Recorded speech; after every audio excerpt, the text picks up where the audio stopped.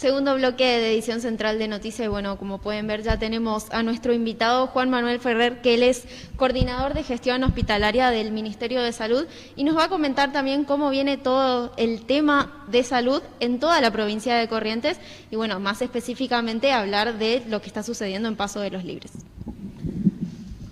Juan Manuel, muy buenas noches, ¿cómo te va? ¿Qué tal? Buenas noches, ¿cómo están? Gracias por la invitación. No, es un placer poder tener tu presencia aquí en los estudios de Tele10 y poder charlar sobre esta situación que nos cambió la vida a todos.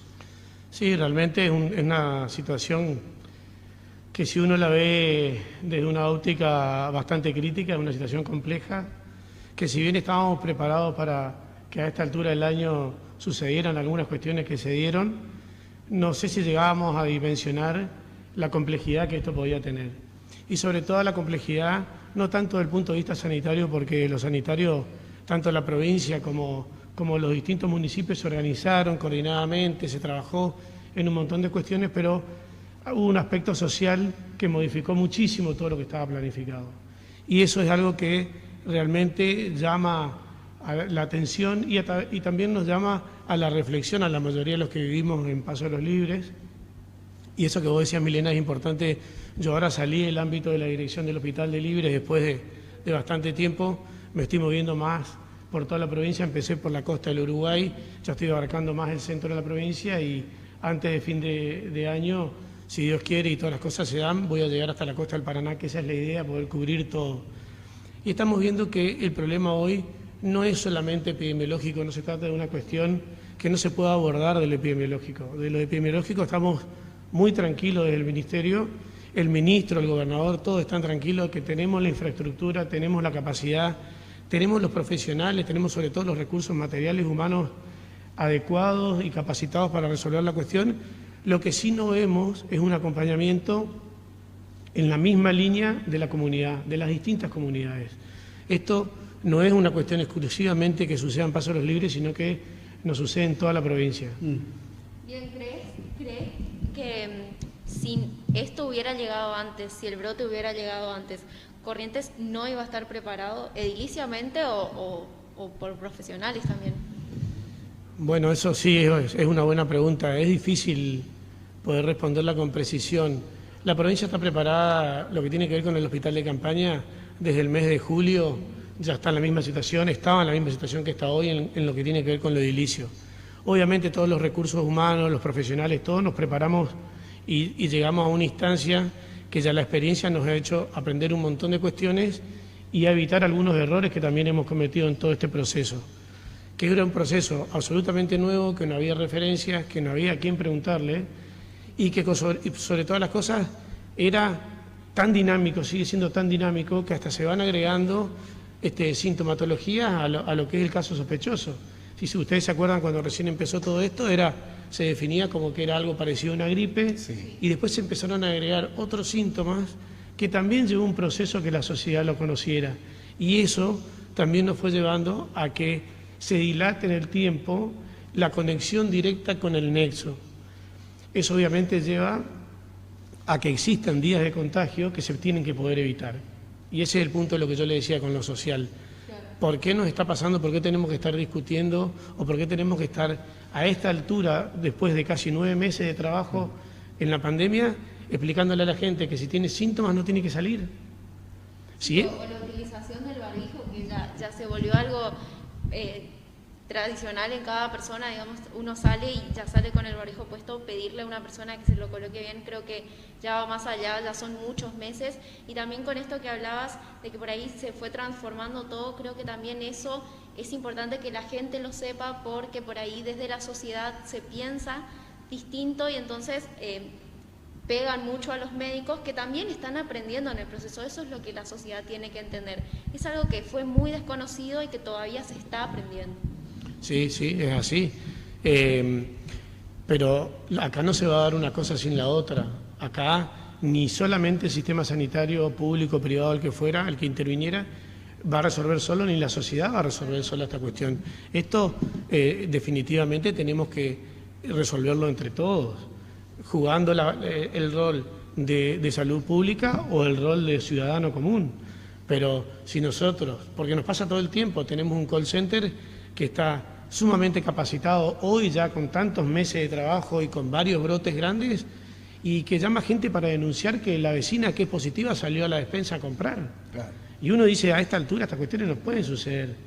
Y bueno, y ahí se tiene que activar todo un proceso que también lleva un tiempo porque es una denuncia, suelen ser denuncias anónimas, no se puede juzgar a una persona si no se tiene pruebas, bueno, lo que todos ya sabemos. Entonces, esas cuestiones son las que hoy nos están complicando bastante poder bajar o poder al menos aplanar la curva de contagio que estamos teniendo en Paso de los Libres, que como ustedes vieron, bien dijeron recién, mostraron el parte, estaban en 142 casos activos. Juan Manuel, una nueva responsabilidad siempre ligado a la salud, primero en el hospital, ahora es más amplia la responsabilidad. ¿Qué realidades viste, indistintas seguramente en cada ciudad? Sí, realmente me permitió conocer de otra manera la provincia, ¿no? Yo tengo la suerte de conocer toda la provincia por otras cuestiones, por cuestiones que tienen que ver ahora con el ámbito sanitario, y la verdad que si bien es una provincia que no es tan extensa de kilometraje, tiene realidades muy distintas. ¿Sí? Tenemos situaciones de localidades muy chicas y tenemos situaciones de localidades que son quizás más chicas que Paso de los Libres, pero con una complejidad totalmente distinta. Desde que empezó el tema de la pandemia, a Paso de los Libres y Santo Tomé eran los lugares a observar por la frontera. Y resulta que los brotes grandes se dieron, por ejemplo, el primer brote grande que se dio en el interior fue en San Roque, que llegaron a 120 casos en muy poquito tiempo. Y San Roque no era un lugar que se veía como problemático. ¿Por qué? Porque estaba cerca de Corrientes, porque no tenía una complejidad social de mucho transporte, de cuestiones que se las veía como problemáticas. Ahora en esta nueva función también me permite poder ver esas cuestiones, ¿no? Que no todo está ligado exclusivamente al epidemiológico, no todo es lo sanitario, claro. También hay un trasfondo social. No podemos nosotros como ministerio llegar a una localidad, aislar a toda la ciudad, dejarlos a todos aislados y resolver la cuestión de la pandemia. Claro. Porque hay además hay otras cuestiones, claro. hay otras cuestiones sanitarias también. Y sobre todo también necesidades personales de la gente. Nosotros no podemos encerrar a la gente, y que nos pasó de tener que trabajarlo muy fuerte con el equipo de epidemiología. El equipo de epidemiología es muy técnico. Bajaba a una localidad, hacía el relevamiento, hacía el trabajo de campo, identificaba los nexos, se contactaba con todo el mundo y terminaba el trabajo y se tenía que ir a otro lugar. Claro, y tenía que seguir la gente que quedaba ahí. Claro, y los locales, los que quedaban en cada una de las localidades, con los intendentes, con los directores de hospitales, con las fuerzas sociales, políticas, las asociaciones intermedias, todo lo que estaba ahí, tenía que trabajar para poder abastecer a esa gente que no tenía capacidad de salir. Entonces fuimos viendo que, y ahí va lo de la pregunta tuya que está buena, ahí fuimos viendo que esta problemática de la pandemia no es solamente una problemática sanitaria, es una problemática social, económica, que tiene un montón de tenores en un montón de cuestiones que realmente son muy interesantes si uno las pudiera ver de una forma objetiva, sin pensar que la mala actuación o la demora en la resolución del problema cuesta vidas, ¿no? Claro, esta pandemia creo que ha abierto varias aristas o varias ventanas que han preocupado a los gobernantes, pero así también al ciudadano. Sí, sí. Y también vi esa parte que por ahí en otro momento no la podía ver, es que en estas cuestiones, si la comunidad no se hace una sola, trabaja toda en forma independiente y realmente se desaprovechan recursos, se pierden tiempo, el damnificado sigue siendo el ciudadano. Entonces, estas cuestiones trascienden las fronteras políticas, las fronteras ideológicas, culturales, religiosas. Esto tiene que ser una cuestión de Estado, y la cuestión de Estado nos tiene que tener a todos juntos, porque de otra manera va a pasar la pandemia y va a dejar un montón de secuelas, va a dejar familias que no van a estar completas, y hay un montón de cuestiones que van a seguir sucediendo, porque tenemos que entender y que tenemos que ser absolutamente responsables de que esto vino para quedarse. Juan Manuel, más allá de casi llegar a 150 víctimas fatales, yo creo que esto va a llegar en pocos días. Obviamente siempre desde los medios acompañamos a la familia de aquellas víctimas fatales por esta pandemia. Desde el Ministerio de Salud, en la cual estás muy cercano, ¿qué garantía o qué tranquilidad como mensaje se le puede llevar al ciudadano correntino? Bueno, el mensaje es que el Ministerio y la provincia entera en lo que tiene que ver con materia sanitaria está preparada para soportar muchas cuestiones, por eso es importante que la gente entienda el parte, por eso se trató de simplificar la manera en que se informaba el parte, que ustedes lo leían recién. A veces la gente desconfiaba de que los casos que son, que más, que menos, era un poco confuso. Pero el mensaje para la sociedad y para la comunidad en sí es que se tienen que quedar tranquilos, que si cada uno hace su parte, claro, y cada uno cumple con el distanciamiento, con las medidas de higiene, con sobre todo la responsabilidad, porque nadie va a contagiar a propósito a nadie, es una cuestión de responsabilidad, entre todos vamos a poder resolver esta cuestión. La infraestructura hospitalaria, recursos humanos y materiales, como le decía, están preparados, la provincia tiene capacidad ociosa todavía en el hospital de campaña para poder contener todas estas situaciones. Ojalá no se llegue a usar la capacidad total del hospital, ojalá que los recursos humanos que tenemos puedan resistir, porque llevan casi 280 días de trabajo sin sábados, sin domingos, sin feriados, y realmente lo que queremos es darle tranquilidad a la sociedad correntina en sí, y sobre todo pedirles a cambio, si podemos hacer eso, pedirles a cambio que sean responsables, que se den cuenta que esto no depende de los buenos o malos médicos, de los buenos o malos hospitales, de las buenas o malas gestiones, sino que de uno, y cada uno suma mucho. Si uno es responsable, ¿qué nos pasa? Que detectamos un positivo nuevo, pero teníamos a toda la familia aislada, termina el nexo de contagio en ese lugar, no sigue. Ahora, si nos enteramos que ese nuevo positivo hizo una vida social sumamente movida en los últimos días, y bueno, seguramente tendremos, como estamos teniendo, que un caso tiene 20 contagios. Eso no nos puede suceder. Te decía recién, muy cerca del círculo del Comité de Crisis del Ministerio de Salud, cuyo titular es el doctor Ricardo Cardoso, hay un desgaste en estos 180 días. ¿Cómo vienen manejando como seres humanos? Le pregunto. Y la verdad que es difícil, nos damos ánimo entre todos. Tenemos un grupo del Comité de Crisis Provincial donde también hay apoyo del equipo de salud mental del Ministerio, y cada uno tenemos a su vez asignado un profesional de salud mental que trata con todos los médicos de manera diaria. Tenemos una obligación de cumplir una determinada carga horaria de asistencia psicológica, porque esto realmente ya nos desbordó en lo emocional, en lo físico, en lo espiritual, en lo que tiene que ver con las ganas de seguir haciendo lo que uno quiere y lo que uno considera, y eso realmente no, estamos para la batalla, estamos sumamente preparados, pero psicológicamente hay un desgaste, uno ve el equipo desgastado y uno ve a veces muchas decepciones cuando mira eso que yo les contaba recién, que una persona puede llegar a contagiar a 20 cuando en realidad podría no haber contagiado a nadie.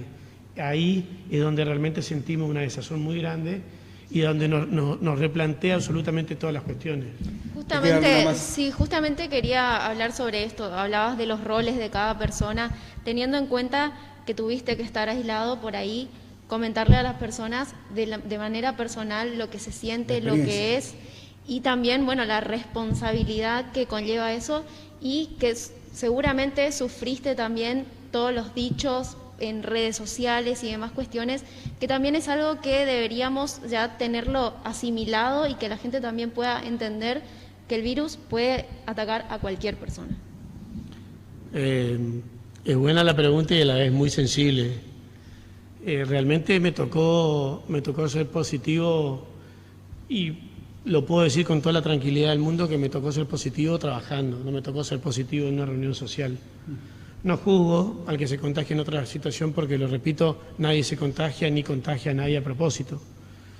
Lo que sí fue muy difícil y fue muy duro porque fue el momento donde empezó el primer brote en Paso Los Libres, que tuvimos 62 infectados, y yo no quería estar en mi casa, yo quería estar trabajando con mis compañeros de trabajo.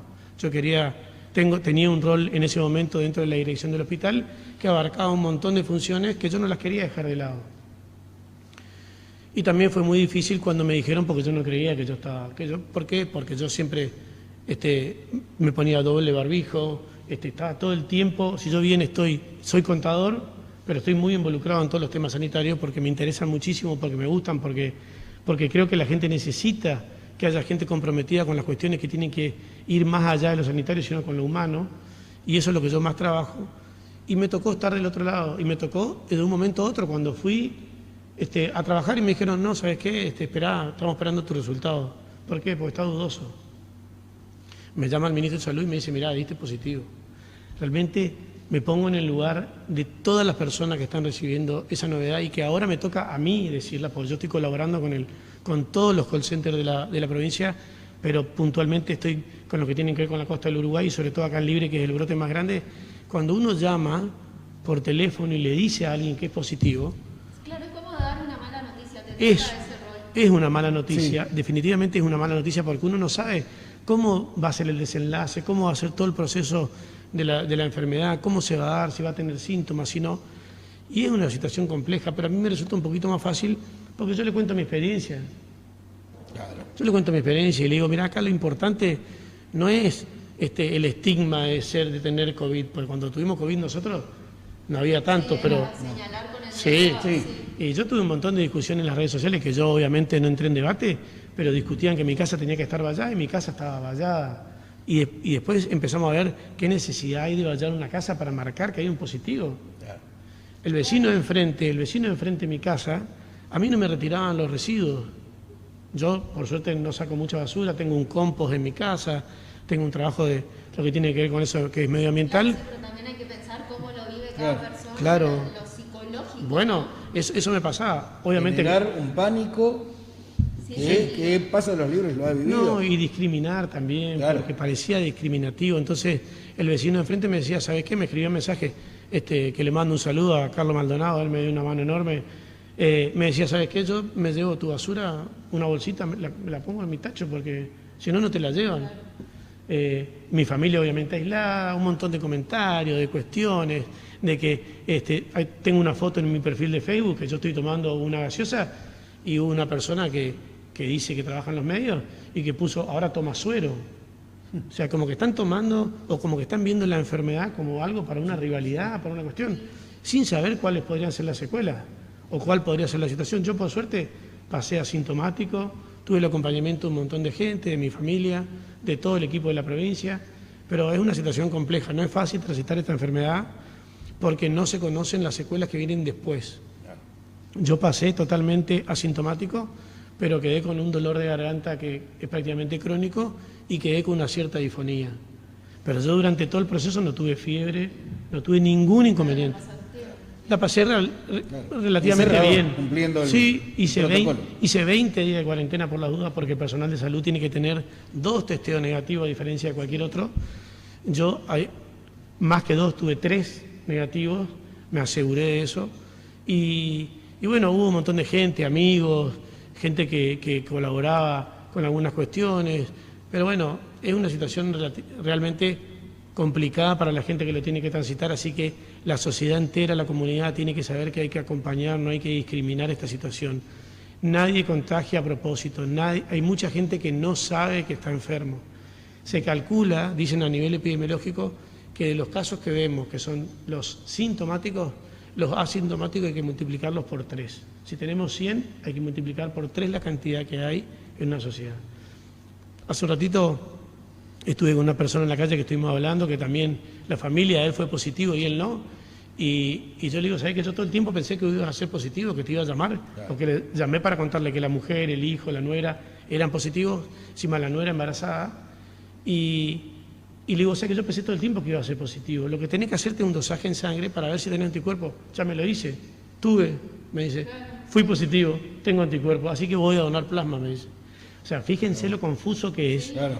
Sí, es que creo que todavía es un virus el que va mutando y que se va transformando y a medida que va pasando vamos aprendiendo. Así que creo que eso es lo que tiene que entender la gente, que todo el tiempo se está aprendiendo desde la salud. Sí, así es. Pero es cierto que va mutando, ¿eh? Va mutando los síntomas. Antes era que tenían que ser 2 síntomas, ahora ya con 1 es suficiente.